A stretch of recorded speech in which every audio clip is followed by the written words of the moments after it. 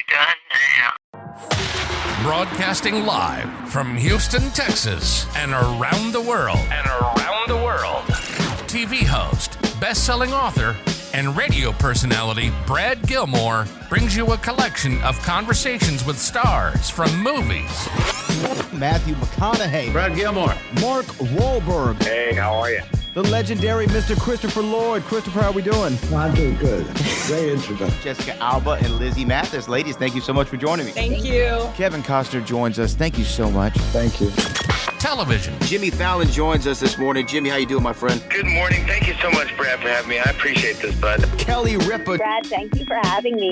Comedy. Jay Leno joins us. Jay, how you doing? Hey, Brad, what's going on? Chris Tucker is in the building. Chris Tucker, good morning to you. Hey, Brad. Good morning to you. How are you? George Lopez joins us right now. George, how are you doing, sir? Good morning.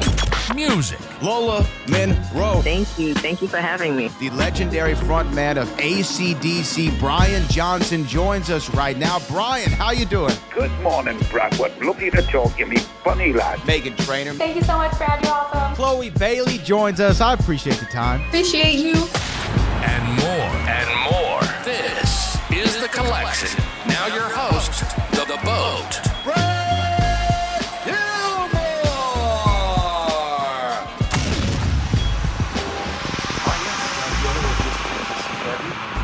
Lauren, Josh, thank you so much for taking the time. Congratulations on season 2. Thank you.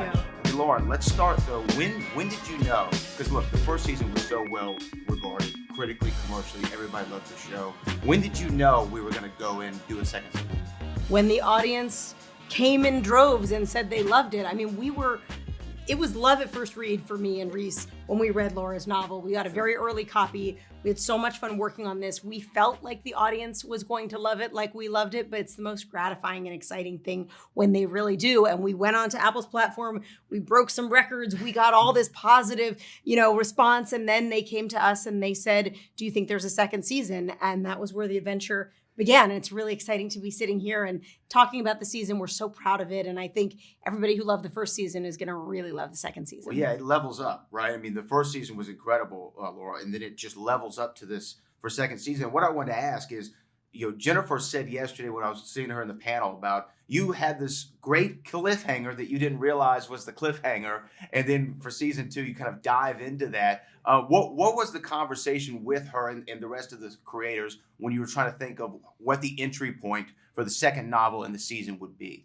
So, I knew what that entry point was. Yeah. I spent, you get so many questions after a book comes out, or I felt very lucky to get so many questions from readers about what happens next. And I was very surprised that I had an answer whole cloth. I always sort of imagine what happens to my characters next, but I knew the pressure point. I knew when they'd be in trouble again. And I knew that it all circled around Nicholas's death. And more specifically, a couplet that happens 2/3 of the way through the book in which, Nicholas is going to have to trade his life for somebody. I'm not ruining anything about the show because I'm not saying whether or not that happens in the show, but I did ruin something in the book.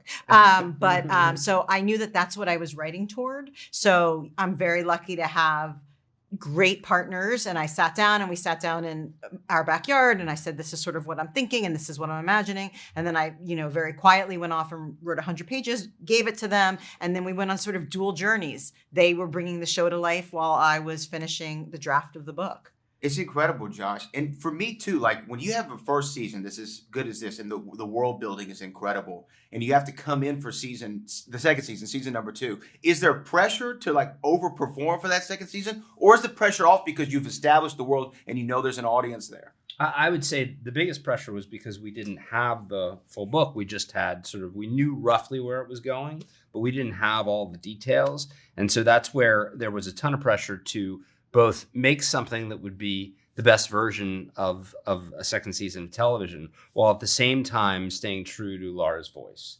Fortunately, we brought in Aaron Zellman, who has a lot of experience in television and was really pushing us to be more propulsive in a really good way, to level up, as you said. We also had Daisy Mayer, who shot our 5th episode last season, coming in as producing director, who similarly, I think, really took the visuals to a whole new level. The second season has a style all its own, which I think is really exciting. And then on the other hand, we had Hello Sunshine. We had Lauren and Ashley Strumwasser, and we had Jen herself, who really are big fans of the book and big fans of Laura, and who, as we were coming out with these scripts, would constantly be, course correcting for us in the best of ways. We read the scripts over and over with our cast, which we find really valuable, and to get their input along with our producers' input, and to try to make sure we were staying true and faithful to the voice. And I have a little bit of insight in that, given that I'm married to the novelist. But nonetheless, it's always good to have,